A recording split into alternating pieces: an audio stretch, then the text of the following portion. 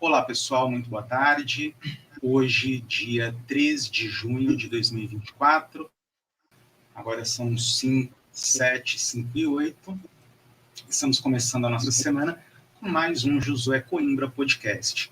Hoje eu estou aqui com uma pessoa muito querida, o conheci recentemente, mas já tenho muito respeito e consideração pelo mesmo. Elton Plácido, se apresente ao nosso grande público. Prazer, Josué. Então, pessoal, eu sou o Elton Plácido, eu sou operador macro, né? Eu vivo do mercado financeiro. Então, a minha especialização é em analisar o que está acontecendo no mundo e transformar aquilo em dinheiro aqui na Bolsa do Brasil, nas ações, no dólar, né? É entender os ciclos econômicos e atuar aqui no Brasil. Essa é a minha especialidade, espero contribuir com vocês aí, sempre focando em poder passar o máximo de conhecimento na parte de operações e mercado financeiro como um todo, né? E José? Entendi. E me fala uma coisa, você sempre fala sobre o macro. Qual que é a importância dele? Aliás, qual a importância de entendermos o macro para operarmos, para fazer o day trade, para fazer uma posição? Como que é isso? Então, José, na verdade, o macro, como um todo, né, ele significa as bolsas e os ativos pelo mundo. A gente sempre fala que no mercado financeiro nada se mexe sozinho. Então, um momento que a nossa bolsa aqui está abrindo, que é ali às 9 horas da manhã e às 10 horas que as ações vão abrir, a gente já tem tudo rolando no mundo. Então, a Ásia já abriu durante a madrugada, já fechou, a Europa está aberta e já está negociando, e também um dos fatores mais importantes, que é as moedas já estão negociando também no mundo. Então, a gente tem que entender sempre os pilares, né? Que eu sempre gosto de deixar em 3 pilares bem fácil de entender. Um são as bolsas pelo mundo, né? Os índices das bolsas.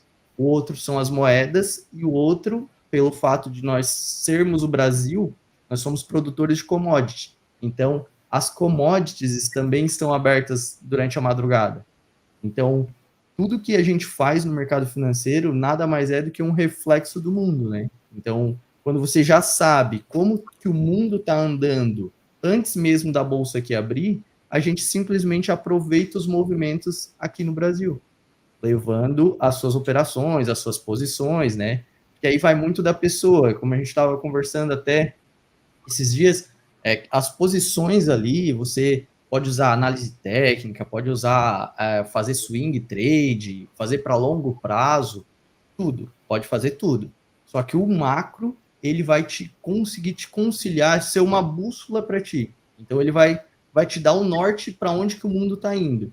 E aí, se você quer fazer uma posição para um dia ou para 10 dias, você escolhe, né? Daí, gerencia o seu risco e assim por diante. Então, até é isso que eu passo pro pessoal da minha mentoria, né? Que eu tenho um plano de mentoria que é basicamente focado em mostrar para as pessoas como que elas conseguem usar ali 50 minutos do seu dia para poder transformar isso numa fonte de rendas usando só o macro. É um checklist, a pessoa olha esses fatores e acaba aplicando aqui na Bolsa do Brasil para fazer compra em ações, na Bolsa, no dólar, e aí você aproveita os movimentos, né? Então, essa é a linha de raciocínio. O macro, ele serve para dar um norte para a nossa Bolsa aqui do Brasil. Mas é claro que até, como a gente comenta às vezes ali sobre o cenário político, às vezes a gente tem um descolamento aqui interno por conta do cenário político aqui do Brasil. É uma coisa que basicamente no mundo inteiro afeta, né? Mas o Brasil particularmente tem bastante coisa aí na política que afeta a bolsa aqui. Entendi. Então não adianta, por exemplo, vamos supor, tá? Eu quero fazer day trade. O mercado abre às 9 horas da manhã. Não adianta eu acordar 10 para as 9, ligar meu computador e começar a operar loucamente. É importante eu acordar cedo, ver o que está acontecendo no mundo, ver o noticiário, me ambientar no mercado para depois tomar uma decisão com base no direcional do dia? Isso mesmo.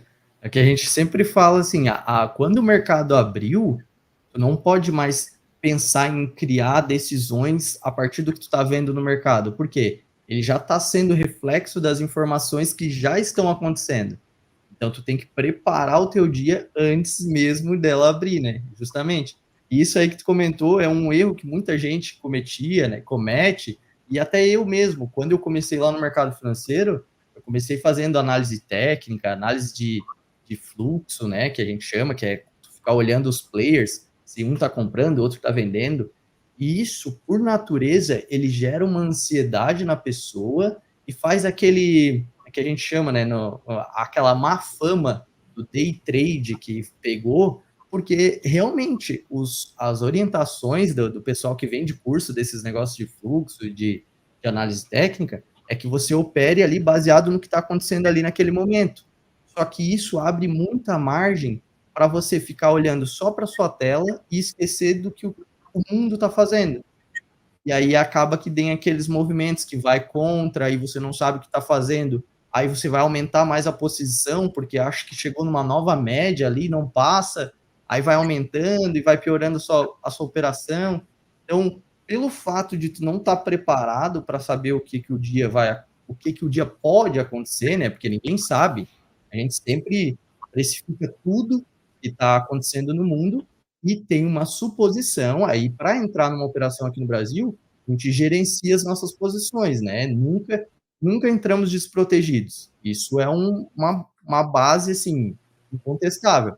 Só que, pelo fato de saber para que lado provavelmente o mercado aqui vai, tem mais possibilidades, né? É como se eu jogasse uma moeda para cima. Eu jogasse uma moeda para cima e escolhesse comprar ou vender, basicamente teria 50% de chance, né? E a única coisa que a gente faz no macro é jogar esses 50% de chance para em torno de 60% de chance. Isso parece pouco para muita gente, né? Mas é muita. Isso traz muito dinheiro quando você gerencia o risco. Porque se eu ganhar 60% das vezes e perder só 50%, mas eu, além de ganhar 60% das vezes, ganhar mais dinheiro quando eu ganho e perder menos quando eu perco, automaticamente você consegue fazer uma renda e óbvio, né, um relatório bem mais promissor ao longo do prazo, né? Então, não só para operações intradiárias, mas também para operações mais longas, dependendo do ciclo, claro. É nessa linha de raciocínio, Zé. Tá ouvindo? Caiu aí? Tô ouvindo, pode falar. Ah, tá. Não, tô aqui. Ah, sim. Então, Entendi. como eu tava. E você. Nessa... Ah, tá. Pode falar, pode falar. Não, pode concluir.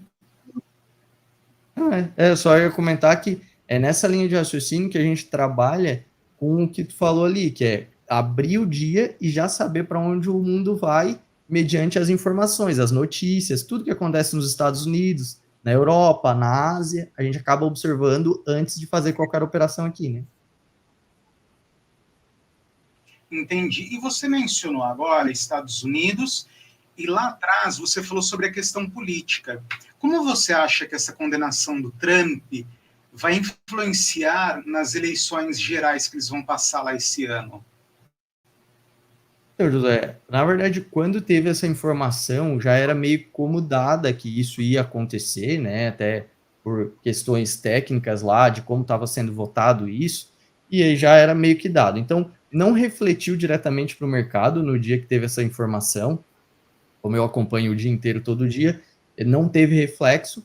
E nas eleições, José, na verdade, as eleições, o mercado está dando já a vitória para o Trump, pelo posicionamento do S&P, por tudo que está acontecendo lá, que mesmo com juros altos, o S&P e a Nasdaq, que é a outra bolsa de tecnologia dos Estados Unidos, todos estão batendo máximas históricas. Então, assim, a gente entende no mercado assim, ó, sempre vai ter um candidato que é mais pró-mercado e um candidato que é menos pró-mercado. E todo período eleitoral, isso não é só nos Estados Unidos, é aqui no Brasil também. Quando começa o período eleitoral, todas as pesquisas que saem ao longo da competição são precificadas no mercado. Porque aumenta a chance do cara que é mais pró-mercado, o mercado comemora. diminui a chance, o mercado derrete. Então, isso é um movimento comum. Só que, atualmente, o mercado já está precificando aí uma possível vitória do Trump. Por isso que ainda está nas máximas históricas. É claro que isso pode afetar a campanha dele? Pode, porque daí vai criar mais armas para a concorrência poder vir a público e jogar mais coisas no ventilador, né? Só que não foi vamos dizer assim, é mais um ruído atualmente do que propriamente uma informação que vá fazer com que tu tome uma decisão de investimentos sensata, sabe? Então, não adianta se antecipar, porque o mercado já precificou o que era para acontecer. Agora a gente vai ter que ver quando começar realmente a disputa, né? Que daí começa a sair muita informação e aí mexe o mercado forte. Ah, entendi. Então, assim, acho que agora ficou claro, um pouco mais claro para mim, a importância de entender essa coisa do macro. Porque, de repente, a notícia saiu, sei lá, quinta-feira, e aí eu entro no mercado tomando uma decisão baseada naquela notícia que saiu hoje, quinta-feira, quer dizer, eu já estou fora do tempo. Se era para vender, eu vou estar comprando, você entendeu? Eu vou entrar contra a maré, porque assim, já foi. É mais ou menos isso, né, a importância do macro. Você acaba se antecipando aos acontecimentos. Isso mesmo. E uma coisa que tu falou bem pontual, é justamente essa movimentação que ela acontece no momento da notícia. Como que a gente identifica? Porque, assim, como que a gente vai estar falando para a pessoa física, né? A maior parte do público é pessoa física. Um membro, que é um cara que tem uma gestora, um grande fundo, todos eles trabalham hoje com a Bloomberg. A Bloomberg é aquela plataforma de notícias, a maior do mundo, mas hoje o custo mensal da Bloomberg está R$17 mil, a última vez que eu olhei. Então, assim, isso não tem acesso para a pessoa física, e a Bloomberg é a plataforma mais rápida do planeta para as informações de mercado. Então, tu esperar uma informação para reagir nela ali, eu sempre gosto de afirmar que assim, não é o mais sensato, mas sim tu vê que tem a perspectiva ali das informações saindo e ver como que o dinheiro está se movimentando no mundo. Porque, por exemplo, sai essa informação, pode ser que saia na madrugada ou na noite anterior. O que acontece? As moedas pelo mundo já vão precificando, e um site que a gente usa bastante, até para quem gosta de investimentos, essas coisas, é o investing.com. Lá tu tem a cotação de todas as moedas do mundo, todas as commodities, todas as bolsas e também ações separadas. Então, assim, lá tá tudo grátis e a pessoa consegue criar uma carteira própria mesmo, bota lá commodities, bota moedas e bota algumas bolsas importantes pelo mundo. Pronto, tu tem um checklist já teu próprio, que é basicamente o que eu entrego para os mentorandos no plano de mentoria lá da análise macro. É você ter um checklist já comprovado durante anos, né? Porque eu uso isso há anos, e aí só que tem coisas que afetam mais a nossa bolsa e outras menos. Então, o que tu precisa saber é o seguinte: o que essa notícia afetou nos ativos que compõem a tua carteira ali de monitoramento? Fez o dólar disparar frente aos emergentes, fez as commodities caírem e fez as bolsas do mundo caírem. Tu já tem aí 3 fatores que já vão te mostrar que a nossa bolsa aqui pode cair no dia e o nosso dólar pode subir, entende? Então, é nesse racional que a gente olha a notícia, não é a notícia em si, se é boa ou se é ruim, e sim como que ela refletiu nos ativos. Entendi. E me fala outra coisa, aproveitando que a gente está falando um pouco de mercado externo, como está a China hoje? Você acha que ela pode nos afetar? Vai afetar o Brasil de alguma maneira? Como é que você está vendo isso? Então, a Ásia, todos os dias a gente tem novidades lá sobre o governo chinês criando novos estímulos, ele está trabalhando para tentar restaurar a China.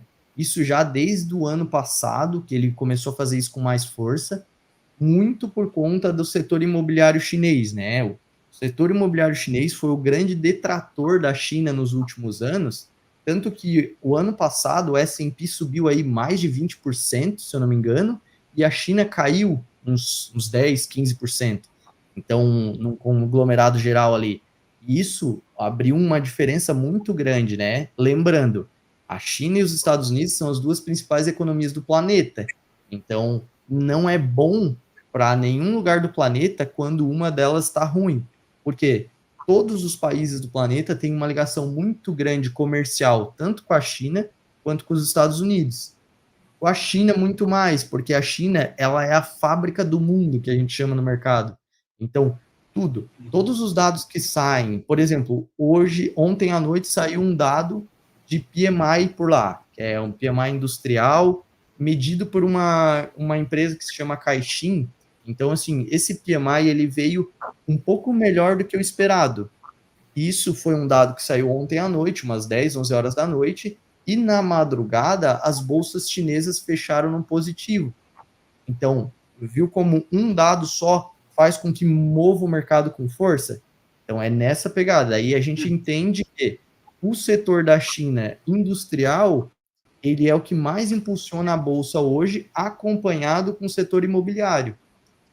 Só que o setor imobiliário foi teve muitas quedas, né? Teve aquela Evergrande quebrou, depois a Country Garden, que era uma das maiores também, e todas elas que quebraram levaram muita gente junto.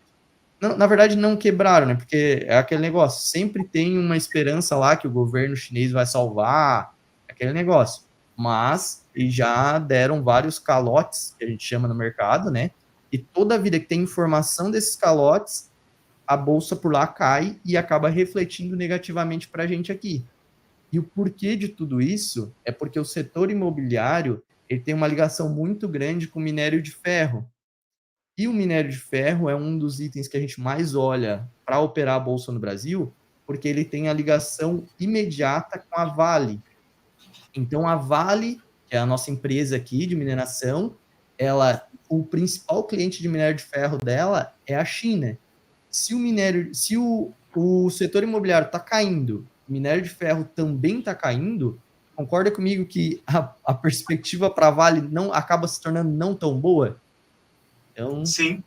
é nesse racional, assim, a gente sempre olha para o país, mas olha para os setores que realmente impactam a gente. Porque se a gente vai falar de lá sei lá, da BYD, que é a empresa de carros chineses, a outro setor de tecnologia lá, aquela Huawei, sim, elas se mexem, mas não mexe a nossa bolsa aqui com tanta força quanto um setor industrial, um setor de imóveis, né, imobiliário, e assim por diante.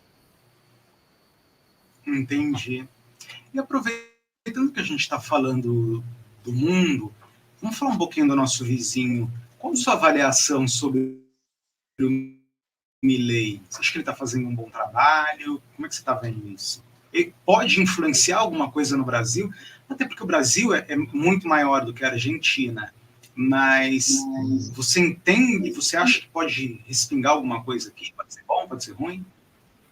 Sim, sim. Na verdade, a reestruturação da China, ela é essencial também da China, não, perdão, da Argentina, ela é essencial para o Brasil também, porque a Argentina é ainda um dos maiores parceiros comerciais aqui do Brasil. Tem muita coisa que é negociada com força ainda em relação ao Brasil e Argentina.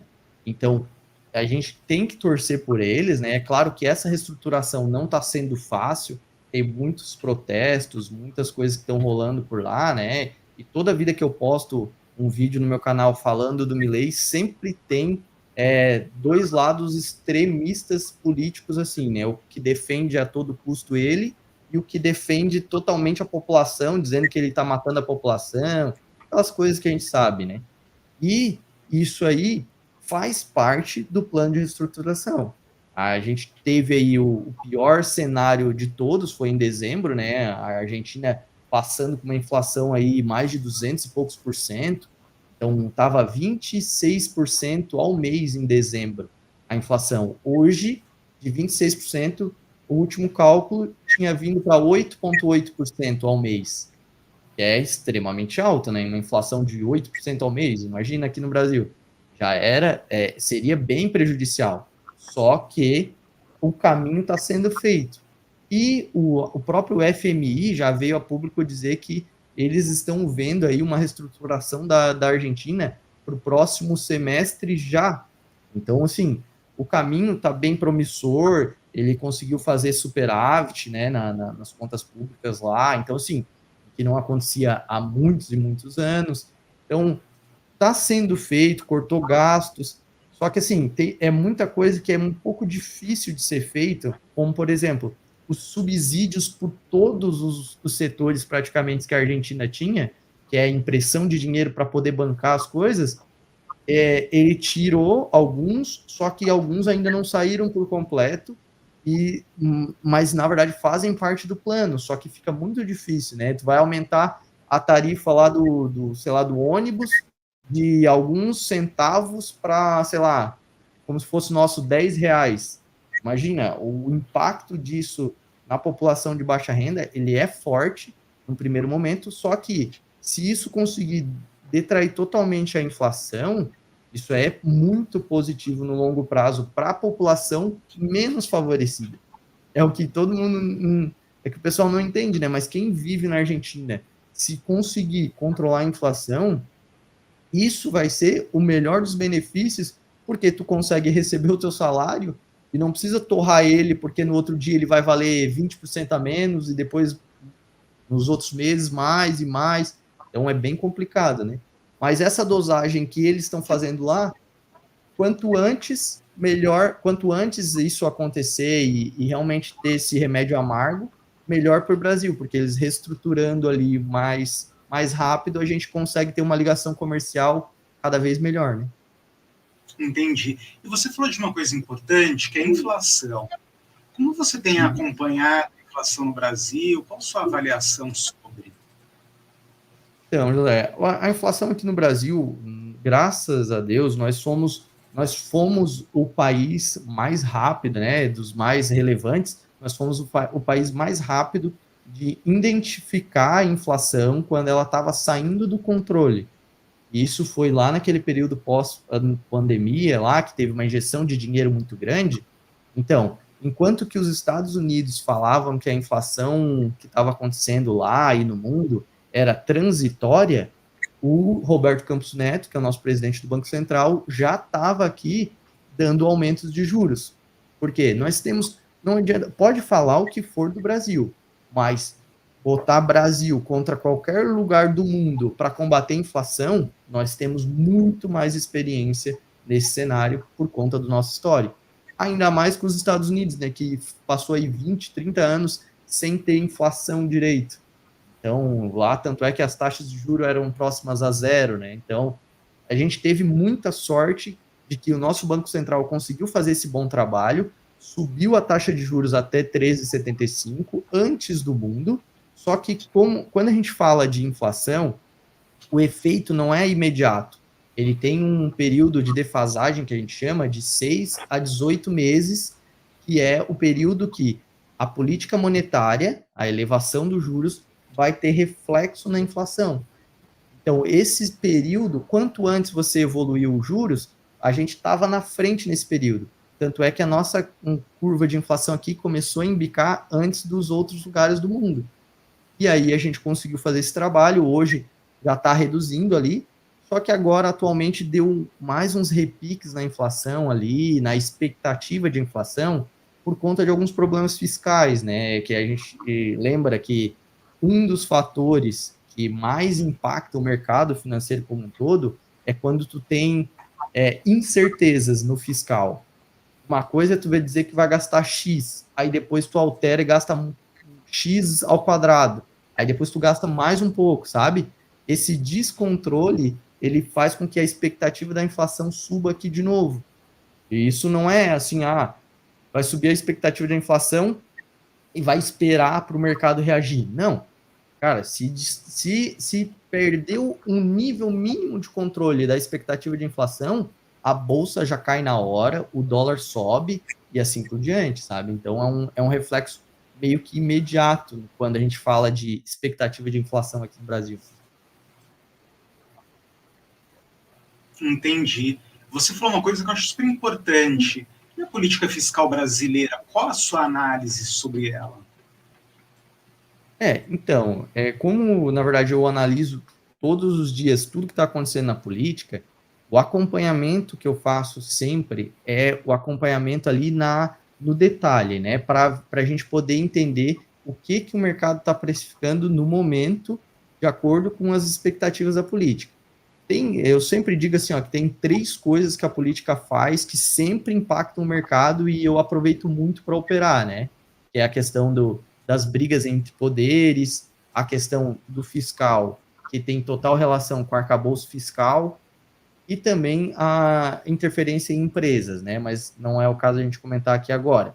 Mas o cenário do fiscal, ele impacta direto quando nós temos aí esse disse-me-disse, né? Sai muito boato de gastos, aí daqui a pouco não vai ter esse gasto, aí daqui a pouco vai ter imposto, aí não vai ter imposto. E assim, esse disse-me-disse é um impacto muito grande para o mercado. Não tem como a gente ficar, vamos dizer assim, preparado para tudo que pode vir do governo. Então, o próprio mercado acaba se protegendo. Tem muita fumaça que às vezes vira fogo, e às vezes tem muita fumaça que é só fumaça mesmo. Só que, por via das dúvidas, é só a gente parar e pensar, né? Tu conhece vários gestores também, pô, o cara tem aí 20 bilhões, sei lá, um fundo verde tem muito mais que isso, o cara tem 20 bilhões. O cara vai esperar confirmar um gasto tão alto assim? Cara, deu o boato, ele já começa a fazer as saídas dele, no que ele precisa, posicionar as proteções que ele precisa. Então, é nesse disse-me-disse da nossa política que tudo fica se movimentando com tanta, vamos dizer assim, tão brusco, né? Que a gente vê que o nosso presidente, às vezes, ele fala contra o mercado, porque ele diz, o mercado se assusta demais, não sei o quê, não sei o quê. Só que é aquele negócio, o mercado ele não gosta de incerteza. Então, se tem uma perspectiva de gasto a mais, inclusive que passe aí contra o arcabouço fiscal, né, que é aquelas, vamos dizer assim, a proteção para que não seja mais gastos, cara, é bem, assim, precifica muito no mercado. Eu não tenho como te dar, assim, ó, um norte de dizer assim, o fiscal do Brasil vai melhorar. Cara, isso, infelizmente, é uma coisa que eu gosto só de acompanhar o diário para não ser pego de surpresa.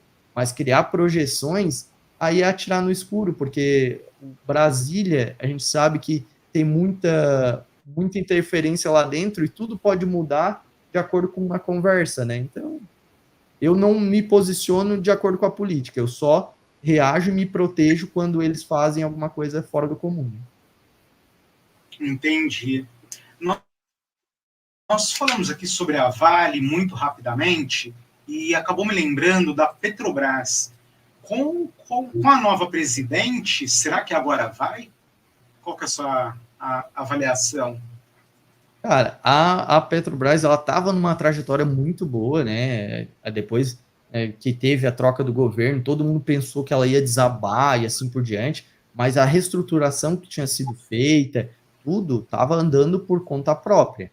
A gente sabe que as trocas de presidente da empresa geram movimentos assim, ó, muito fortes na ação, e é o que a gente vai comentar depois um pouquinho, mas no momento que ela estava assim num cenário muito bom, ela tem muitas perspectivas boas aí, com produções cada vez mais aceleradas, né? Vamos dizer assim. É claro que tem muito desvio agora de percepção, porque tem essa questão de que ela estava ganhando, ela estava lucrando bastante, pagando bastante dividendos. Agora, esse novo governo, ele quer pegar uma parte disso e fazer investimentos. O fator de investimentos, show de bola. Só que, assim, a gente não pode desviar do core da empresa.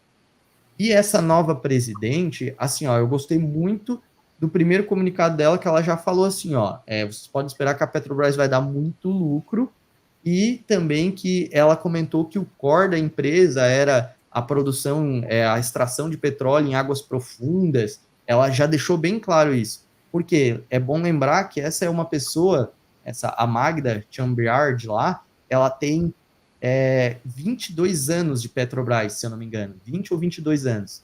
Então, assim, ela é uma pessoa extremamente por dentro do que acontece na Petrobras, né? Então, ela passou por todas aquelas tretas, aqueles negócios do governo, ela estava lá. Então, o que pode ser feito é que ela caminhe mais para o lado do Lula, até porque ele trocou para poder ter um... Não é à toa, né? Ele pretende ter uma mão maior ali para poder dosar o que ele quer. Só que, hoje em dia, é muito diferente do passado, porque nós temos agora a responsabilidade no CPF da pessoa que está ali como presidente. Então, se ela fizer qualquer coisa que prejudique, isso está no contrato que ela assina, prejudique o lucro da empresa, prejudique a empresa em si, ela é cobrada no CPF dela. Então, por mais que o Lula colocou ela, se ele tentar ordenar que ela faça alguma coisa muito brusca, ela não vai fazer. E aí fica nesse disse-me-disse e troca de novo, sabe? Então, é um fato bem curioso, assim, a Petrobras, ela pelo fato do governo praticamente ser dono, né, porque ele é o maior proprietário das ações, ele fica nessa interferência sempre, e não é desse governo só. A gente tem que lembrar que nos últimos anos, na época eleitoral mesmo, o próprio Bolsonaro trocou várias vezes o presidente da empresa, e cada troca era uma derretida na ação, e assim por diante. Então, por isso que a ação ficou muito amassada naquele período. Porque daí você troca o presidente e você fica nessa preocupação que a gente está agora. Ah, e será que vai agora com ela? Ah, mas ela vai respeitar mais o que o presidente do Brasil vai falar. Ah, e mais isso. Aí fica um monte de mídia falando em cima que só enche de cortina de fumaça, né? Mas o que eu acredito é que sim, ela vai fazer mais uma pegada mais estilo para o Lula, só que ela não vai fugir das 4 linhas porque o CPF dela fica em jogo. Então, é bem diferente do passado, né? Entendi. E me fala uma coisa, você tem um vídeo chamado Como Ganhar Dinheiro com os Erros da Política Brasileira. Você pode dar uma passada rápida por esse vídeo? O que você quer dizer com isso? Sim, basicamente, como eu acompanho política há muito tempo, sempre olhando o que reflete no mercado, isso são padrões que se repetiram durante anos e anos, e toda vida que acontece, eu vou lá, aproveito para fazer um capital a mais, por quê? Não é um negócio que assim, ó, será que vai acontecer? Não, se faz isso, reflete na hora no mercado. E são aqueles 3 fatores que eu até comentei aqui um pouco anterior.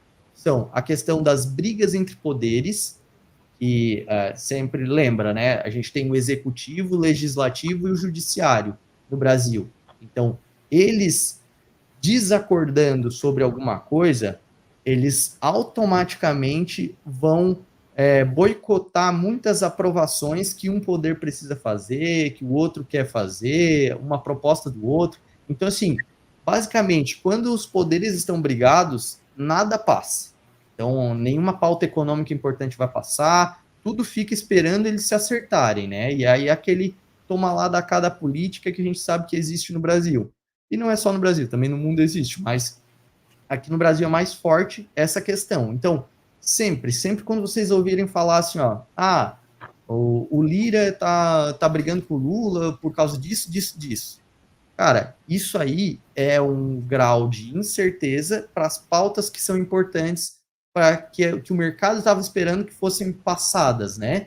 Então, assim, como atrasa tudo e às vezes bota até em xeque alguma pauta importante, o mercado precifica na hora com queda para a bolsa e alta para o dólar. E isso não é um achismo, isso é real e acontece todo dia. Só que, claro, a gente tem que entender qual é o tom da briga, né? Às vezes é uma briga mais simples que com 2 conversas se resolve, às vezes é alguma coisa mais séria. Então, no antigo governo, nós tínhamos bastante briga, né? O Bolsonaro ele também era bem duro nessa questão de estar brigando com os poderes. Então, assim, lá naquele governo foi um governo muito bom para ganhar dinheiro quando tinha essas brigas, porque brigou, é alguma coisa mais grave, vende a bolsa, compra o dólar. Era um movimento padrão, assim. E o outro fator, que eu comentei também há pouco, que é a questão do arcabouço fiscal. Basicamente, assim, para quem não entende, o jeito mais simples, né, o teto de gastos, arcabouço fiscal, é o seguinte, é literalmente um teto para as despesas do governo, para os gastos do governo. Então, quando nós temos esse teto aqui, ele está sendo respeitado, tudo está dentro da previsibilidade. Porque a gente sabe que se eles botaram aquele teto ali, no mínimo aquilo ali eles vão gastar. Eles não deixam passar um dinheiro, sobrar um dinheiro, né? Então sempre vão gastar. Tá, ok, mas está dentro do teto, show. Só que quando passa desse teto ou faz alguma regra que descredibiliza esse teto, aí a preocupação no mercado estoura. Por quê? A gente teve um exemplo recente agora. Nós não tivemos alteração no teto de gastos, no arcabouço fiscal, só que o que foi alterado? Foi a meta dos gastos.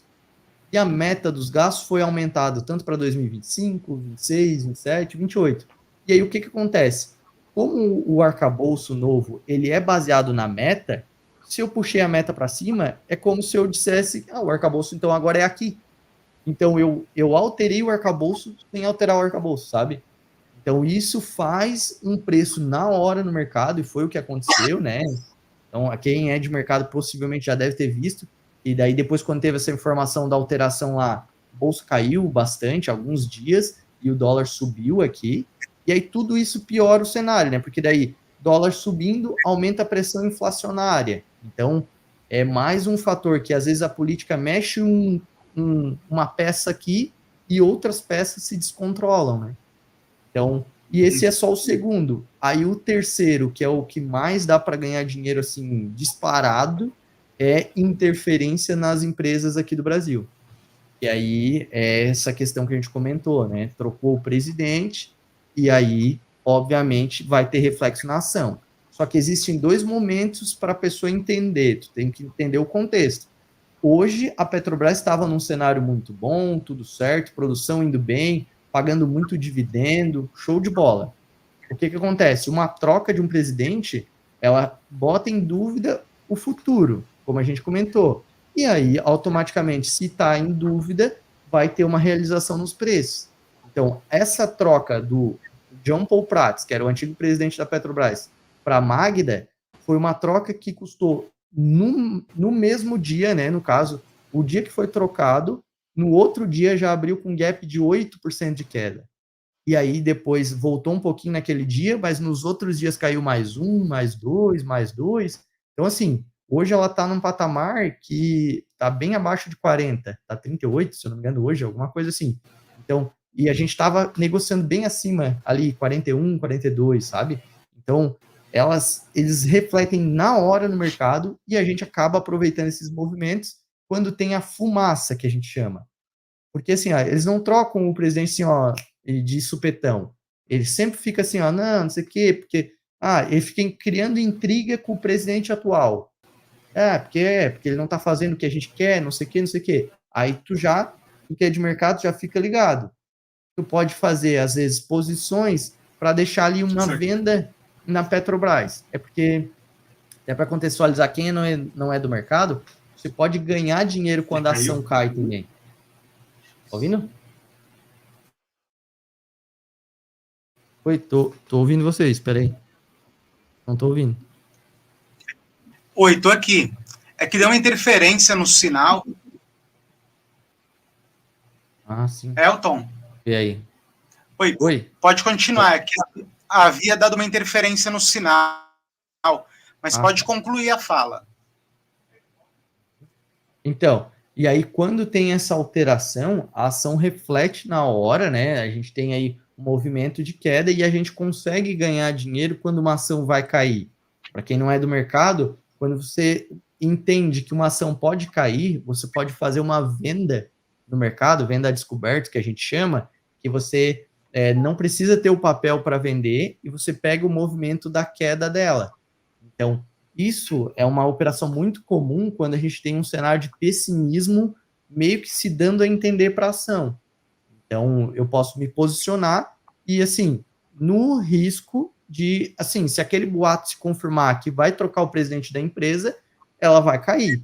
E foi o que aconteceu. Ela caiu ali 8% num dia, depois mais 2, mais 1, mais 2. Então, isso faz um movimento bem prático para te pegar um grande movimento na bolsa, né? Que a gente chama. Esses ciclos que acontecem na ação, eles têm total interferência direto no que tu vai fazer no dia, né? Porque se tu tá com um momento do macro muito bom, mas tem uma troca de presidente, por exemplo, a Petrobras é uma ação que tu não vai comprar naquele período. E no mínimo, tu vai vender para poder ficar esperando que isso se concretize. Então, é desse jeito que a gente usa os erros da política, né, que eu botei como erros, mas, na verdade, são alterações que eles fazem por interesse próprio.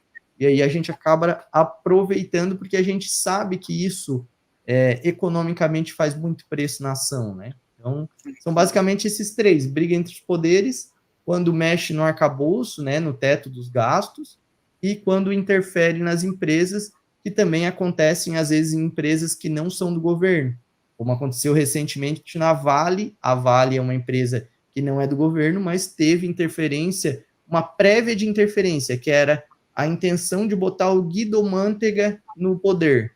E aí, automaticamente, na presidência da Vale, e automaticamente, nos dias seguintes, a ação já começou a cair, mesmo ele não tendo entrado.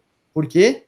Porque é aquele negócio que eu falei, não só vocês têm essa informação agora, mas os grandes gestores também têm essa informação antes. E aí eles já vão se posicionando para o pessimismo. Entendeu? Ah, entendi. Enfim, acho que o papo foi maravilhoso, né? Passou rapidinho essa 1 hora aqui. E me fala uma coisa, como que o pessoal faz para te encontrar, quem quiser fazer seu curso? Porque eu achei, assim, formidável essa conversa e, pelo que eu entendi, o seu curso, a sua mentoria, na verdade, ela abre esse leque para as pessoas, né? Eu achei formidável isso. Como que elas te encontram?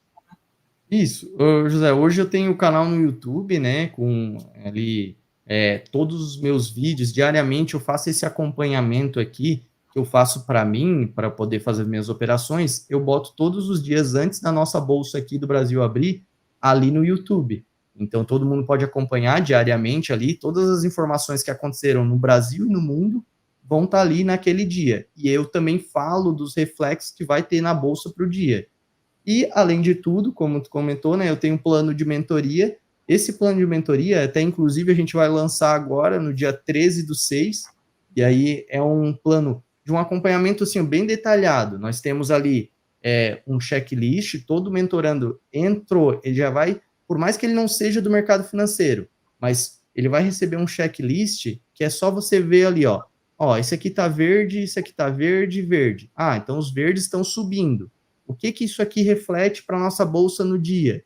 Aí é isso que eu acompanho na mentoria. Eu falo o raciocínio e diariamente a gente tem um grupo dos mentorandos que, em tempo real, como eu estou operando, eu falo as operações que eu vou fazer antes de eu abrir as minhas operações.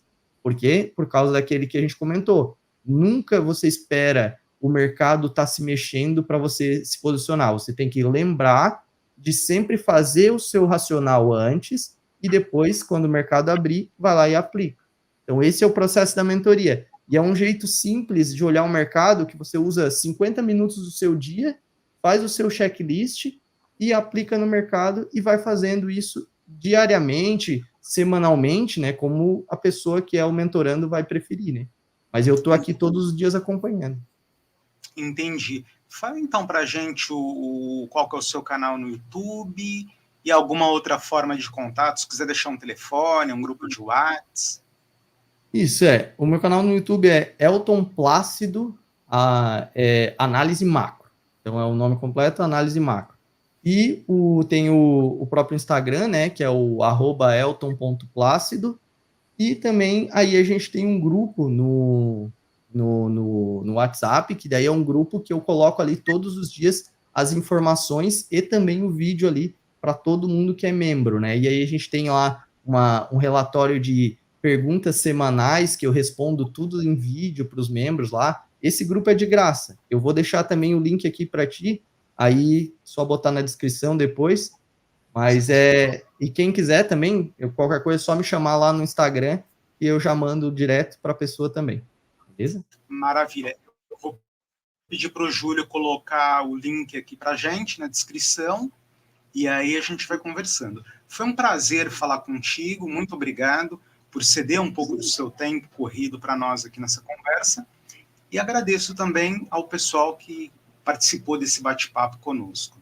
Beijos para todos. Tchau, tchau. Até a próxima segunda. Um abraço.